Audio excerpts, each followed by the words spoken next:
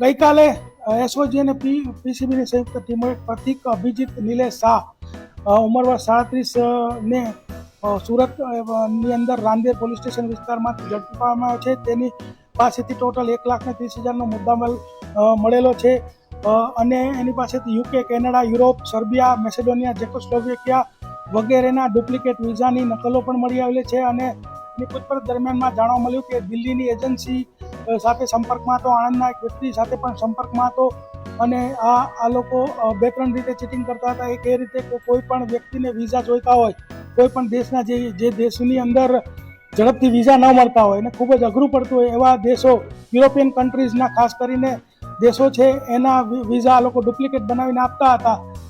ત્યારબાદ જ્યારે વ્યક્તિ ટ્રાવેલ કરે ત્યારબાદ તે જે તે દેશની અંદર જાય તો પકડાઈ જાય. એ રીતે એક તો ચીટિંગ કરતા હતા. બીજું એવું કરતા હતા કે એની ટ્રાવેલ હિસ્ટ્રી જે છે એ ટ્રાવેલ હિસ્ટ્રી બતાવવા માટે, માની લો કે કોઈને યુરોપનો કોઈ દેશનો વિઝા જોતા હોય તો એના ટ્રાવેલ હિસ્ટ્રીની અંદર આ લોકો બીજા દેશમાં પણ ટ્રાવેલિંગ કર્યું છે એ બતાવવા માટે થઈને એના સ્ટીકરો બનાવતા હતા અને એ સ્ટીકરો જે છે એનો પણ ઉપયોગ કરતા હતા અને એ રીતે એનું ચીટિંગ કરતા હતા. આ 2-3 રીતે આ લોકો ચીટિંગ કરતા. તે ઉપરાંત જે એજન્સી છે, આ જે દિલ્હીવાળી એજન્સી કે જે લોકો કબૂતરબાજી કરતા હોય એ લોકો પણ સ્ટીકરો જે છે એ આ જે પ્રતિક શાહ છે એની પાસેથી બનાવતા હતા અને અહીંથી આ સ્ટીકર એને મોકલવાના 15,000 રૂપિયા વસૂલ કરતો હતો. આનો ઇતિહાસ એવો છે કે 12 ગુનાઓ અગાઉ એના વિરુદ્ધમાં દાખલ થયેલા છે. બધા જ આવા જ પ્રકારના છે, ડોક્યુમેન્ટના ફ્રોડના ગુના છે અને આવી જ રીતે બોગસ વિઝા આપવાના ગુનાઓ છે.